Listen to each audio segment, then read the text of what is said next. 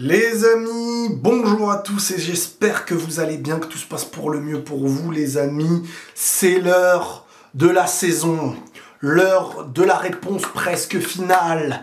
Le prochain match du Real Madrid samedi soir, c'est la Copa, c'est le Classico, c'est la finale, c'est le moyen de sauver cette minable saison catastrophique à oublier. Et est-ce que le Real va le faire ? Est-ce que déjà, premièrement, il y a plusieurs défis cette saison? Est-ce que le Real va réussir à battre le Barça cette saison? Question numéro 1. Est-ce que le Real va s'humilier dans une nouvelle finale et ce statut de le Real, les finales, machin, on va commencer à dire c'était tout simplement un Real qui était au niveau et qui, dans ses finales, arrivait à s'en sortir par son niveau, mais qu'il n'y a pas de magie finale, Real, je sais pas quoi. Et surtout, l'aspect psychologique qui pourrait même durer des années, si tu continues à te faire taper par le Barça, tu n'es pas maître de ta Liga d'une certaine manière en termes de « je suis le meilleur ». Même si une Liga se gagne sur la régularité, et tu peux perdre un Classico, ça a déjà eu lieu, le Barça a déjà gagné des Classicos et perdu la Liga, le Real a déjà gagné des Classicos et perdu la Liga. Le Classico est un match. Mais quand tu t'appelles le Real Madrid, qui a les socios derrière, que ton rival Barcelone, avec qui vous vous battez l'Europe, d'une certaine manière depuis des années, etc., même si le Real, dernièrement, a été, sur les 10 dernières années, plus performant en Europe. Le Barça, dernièrement, oui, voilà, mais cette année, le Barça repasse devant en termes de compétitivité en Europe. Et je veux dire, c'est un duel au sommet. Ce n'est pas qu'un match de championnat ou de coupe, c'est un duel au sommet qui vient à montrer une supériorité. Très souvent, quand le Barça est bien supérieur au Real, il se positionne comme l'une des meilleures équipes du monde, si ce n'est la meilleure équipe du monde, ou quand le Real est clairement supérieur au Barça, se positionne comme l'une des meilleures équipes du monde, si ce n'est la meilleure équipe du monde. Donc, ce qui se passe avec des individualités aussi, d'un côté, comme Lamine Yamal, Pedri, Lewandowski, Rafinha, de l'autre côté, des individualités comme Mbappé, comme Vini, Lewandowski, j'allais dire, Bellingham, etc. On est sur quelque chose voilà, ces joueurs-là ont besoin de se dire, on a fait gagner des gros matchs, on a fait gagner des classicos. Mbappé, tu l'as ramené au Real cette année pour aussi faire ces différences-là dans ces matchs-là, même si le dernier match, je trouve qu'il n'était pas mauvais en soi. Il a été même le meilleur du Real quand en finale de Supercoupe, il marque, individuellement il faisait exactement ce qu'il fallait, mais collectivement ce Barça a éteint, plus qu'éteint, a humilié. C'était le Real qui était devenu la serpillière du Barça. Est-ce que le Real sera toujours la serpillière du Barça cette saison? Parce que le Real a déjà du mal avec lui-même. Le Real a du mal dans cette Liga. Le Real a perdu plus de 12 matchs. Le Barça vient juste les écraser en leur disant « Bon, on va faire de vous cette saison peut-être notre serpillière, ça nous fait plaisir, ça nous apporte plein de bénéfices, et en plus de ça, ça nous permet de gagner une super coupe en vous humiliant, et possiblement une Copa del Rey en vous humiliant. » Donc là, le Real a beaucoup plus à perdre qu'on l'imagine. Sur l'aspect psychologique envers le Barça, c'est très très important de pouvoir rebattre le Barça. Mais avec quelles armes? En fait, c'est ça la véritable question. Avec quelles armes le Real Madrid va réussir à venir dire au Barça, les copains, aujourd'hui, on va pas se laisser faire. Mais oui, d'accord, c'est bien. Ça, c'est dans ta tête, tout comme tout le blabla qui a pu avoir lieu avant ce quart de finale retour contre Arsenal. Les joueurs étaient montés à bloc et tout. Mais une fois sur le terrain, c'est les failles qui parlent. Et les difficultés, tu peux pas les surmonter, même quand tu as les individualités. Parce que le foot, et encore plus aujourd'hui, est un sport à 11. Si les 11 d'en face produisent quelque chose de beaucoup plus cohérent dans l'intensité, dans les choix, dans la cohérence, tu peux faire ce que tu veux et avoir Pelé sur le terrain si tu veux. Ça ne changera pas grand-chose. Donc les débats des individualités cette année, moi je peux les entendre. Il n'y a que sur une chose où je me dis, ça peut être un problème, c'est quand tu as les 3 devant, et que malheureusement, on ne peut pas courir pour 3 joueurs, si en plus de ça, tu n'as pas la maîtrise de balle, si en plus de ça, tu n'as pas la créativité, si en plus de ça, tu joues pas haut. Donc, avoir 3 devant au Real Madrid cette année est un gros problème. Mais Ancelotti, soit n'avait pas le choix, moi je pense qu'il a quand même le choix, mais il a voulu impliquer tout le monde. C'est peut-être que je n'aurais pas eu le choix si j'étais à sa place, j'en sais rien. Mais tu peux pas gagner comme ça cette année. Avec le manque de créativité, et trop de joueurs offensifs pour rien. Pour rien dans le sens où ça fait pas mieux que l'année dernière, et ça casse l'équilibre, et tu n'es pas un bloc compact, et tu n'as pas de quoi mettre une intensité collective, c'est impossible, impossible. Donc, je vais aussi, après répondre à certaines de vos questions, vous donner, je suis encore en train de réfléchir pour être honnête, la compo que moi j'aurais mis en prenant en compte que bon, Carvajal on sait, Militao on sait, blessé toute la saison, Camavinga blessé ça y est toute la saison, Mendy est blessé depuis Milan, mais il pourrait jouer. Mais pour moi, qu'il puisse jouer ou pas, je sais même pas si ça peut être mieux que Fran Garcia actuellement, parce que Mendy là n'a pas joué depuis très longtemps face à un Barça qui est rodé. Tu ne sais pas quel compo tu vas mettre. Tu as peut-être ta charnière défensive à 2. Sur les deux côtés, tu sais pas. Parce que si tu mets Valverde, tu le perds au milieu de terrain. La logique veut que tu mettes un milieu à 4. Mais Ancelotti est un joueur qui aime, dans les matchs comme ça, se dire « Bon, je mets ceux en qui j'ai confiance, même s'ils n'ont pas prouvé. » Et au-delà de ça, si tu joues pas à 4, t'es foutu. Tu t'en manges minimum 3. Mais jouer à 4, c'est mettre 4 milieux. Ceballos n'a pas assez joué pour moi, depuis son retour. Arda Güler, peut-être que je l'aurais testé, mais t'es obligé de tester quelque chose dans ce truc-là. C'est ça le problème aujourd'hui. C'est qu'avec ce classico et toutes les absences que t'as, t'es obligé de tester. Donc peut-être qu'il va même repartir sur un 4-3-3 en demandant à Rodrigo de faire l'effort défensif et on le verra pas offensivement. Mais au moins il mettra ceux qui pour lui ne pourra... En fait, il mettra quelque chose qui ne lui posera pas de problème. Rodrigo, Mbappé et Vini, et repartir sur un milieu à 3, peut-être avec Ceballos, Tchouaméni, et soit Valverde, soit Modric. Et tu remets Valverde arrière droit, mais dans un match comme ça, ça va être trop compliqué. Ça va être trop compliqué. Moi, j'en ai encore... Tu n'es pas dans les dispositions footballistiques, en termes d'effectifs. Tu pars avec trop de failles, en fait.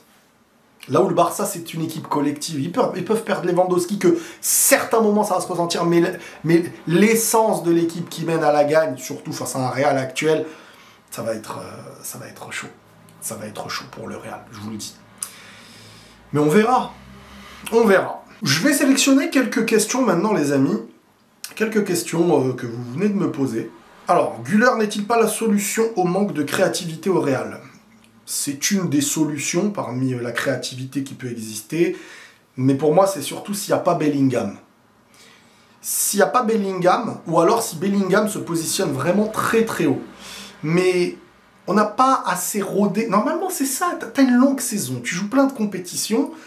Et on ne sait même pas encore des joueurs comme Arda Güler, si tu peux te permettre de les faire jouer dans certains types de matchs, où tu vas les faire jouer, parce qu'il a un match au milieu de terrain en vrai. Et ça, c'est un gros problème au Real pour moi. Avec Ancelotti cette année, c'est que t'as pas de référence collective, tactique, de formation. T'as pas de formation référence où il va y avoir des automatismes.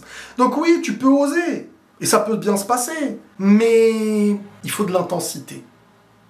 Il faut un bloc compact, et il faut défendre aussi en bloc avec le Barça. Contre le Barça.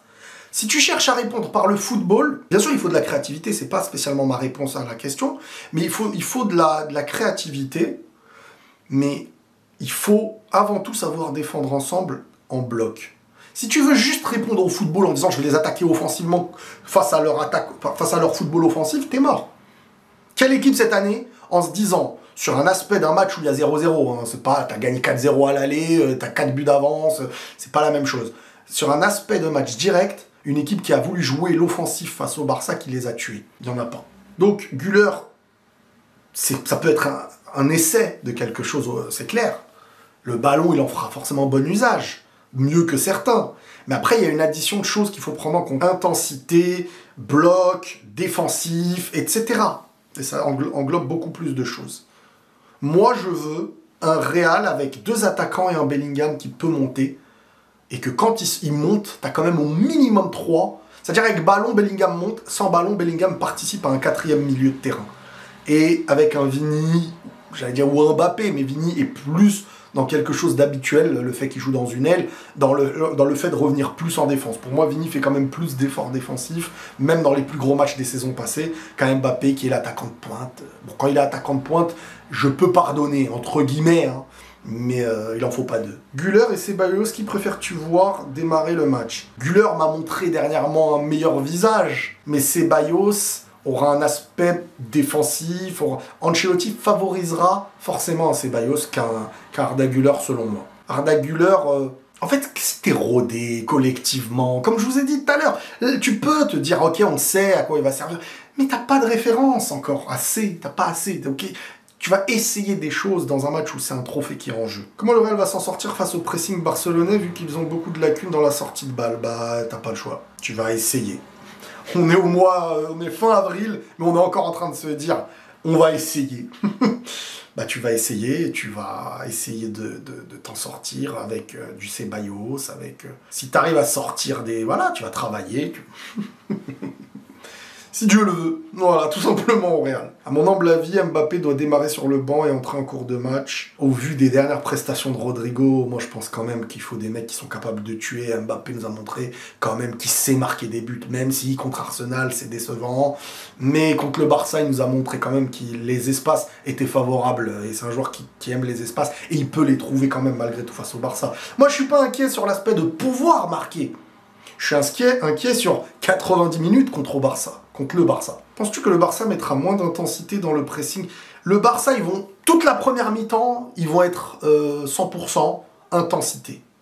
Mais, si tu arrives à ne pas encaisser pendant longtemps, et que tu essaies, tu vois, d'endormir un peu le match, en étant chez eux, en n'ayant pas la confiance psychologique contre eux, tu vois, ça demande beaucoup de choses, mais ça peut être le match unique où t'as réussi un peu, avec la fatigue de la fin de saison, avec un Barça qui joue beaucoup de choses, avec l'absence de Lewandowski, essayer peut-être de trouver l'univers parallèle où ça va passer, quoi. L'aspect aussi où psychologiquement, peut-être, ils pensent que avoir la recette contre le Real, je dis ça comme si le Real, fallait une recette cette saison. Pourquoi 4 milieux de terrain contre Barcelone? C'est la peur? Bah, c'est la cohérence, frérot. C'est pas la peur. C'est que l'année dernière, avec 4 milieux, t'as une seule défaite, en vrai. Donc, je pense que 4 milieux, c'est aussi un meilleur équilibre défensif. Ça ne te pénalise pas moins offensivement. Pour moi, je suis désolé, on ne fait pas plus de différence à 3 qu'à 2. Et ça te demande d'être plus chirurgical, mais ça permet de mieux comprendre ce que chacun fait et les automatismes. Mais ça, tout le monde l'a vu. Hein. Le Real à 4 au milieu, c'est 10 fois mieux cette année. Même l'année dernière. Je pense qu'il serait possible que le Barça perde les 2 derniers classicos. Si le Real trouve la recette sur cette finale et que psychologiquement ils arrivent à remettre quelque chose contre ce Barça, on ne sait jamais.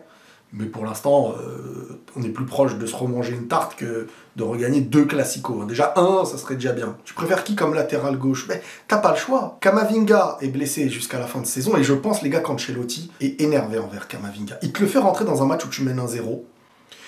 Et on demande maîtrise. Maîtrise. On a le plus gros match la semaine prochaine. Et Camavinga, il cherche à exploser. Il n'est pas certain physiquement. En fait, là, il faut se préserver intelligemment dans ce genre de match. Et je pense qu'Ancelotti lui en veut beaucoup, beaucoup. Parce que bon, déjà, Ancelotti, il sait que c'est sa tête qui est en jeu. Et un Camavinga, pour moi, n'a pas été très pro. Et l'enchaînement de blessures, pour moi, c'est pas normal aussi. Ça cache quelque chose. Soit des pépins physiques, et là, il y est pour rien, soit il y a un manque d'hygiène de vie. C'est pas étant, il est très jeune, le mec. Il est plus blessé que Modric. Penses-tu que le Barça jouera avec une ligne aussi haute que d'habitude? Non, mais cette question, on se la pose même plus. C'est par cette ligne haute qu'ils ont terrassé autant de fois le Real cette année. C'est par cette ligne haute qu'ils ont battu le Bayern. C'est par cette ligne haute qui... C'est le point fort.